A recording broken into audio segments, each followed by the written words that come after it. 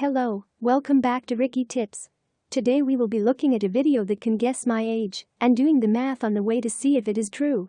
In this video, Ricky Tips is 18 years old. His birthday was on September 29, 2002. Let's start.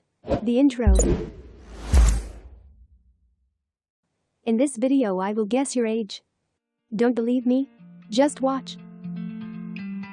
All you have to do is follow the instructions on this video carefully. Use a calculator if you'd like. I am a calculator so I won't need one. Step 1. Pick any number from 1 to 10. I will choose 4. Step 2.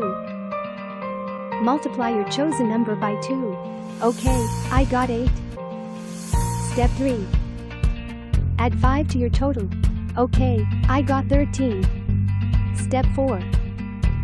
Multiply your new total by 50. Okay, I got 650. Step 5.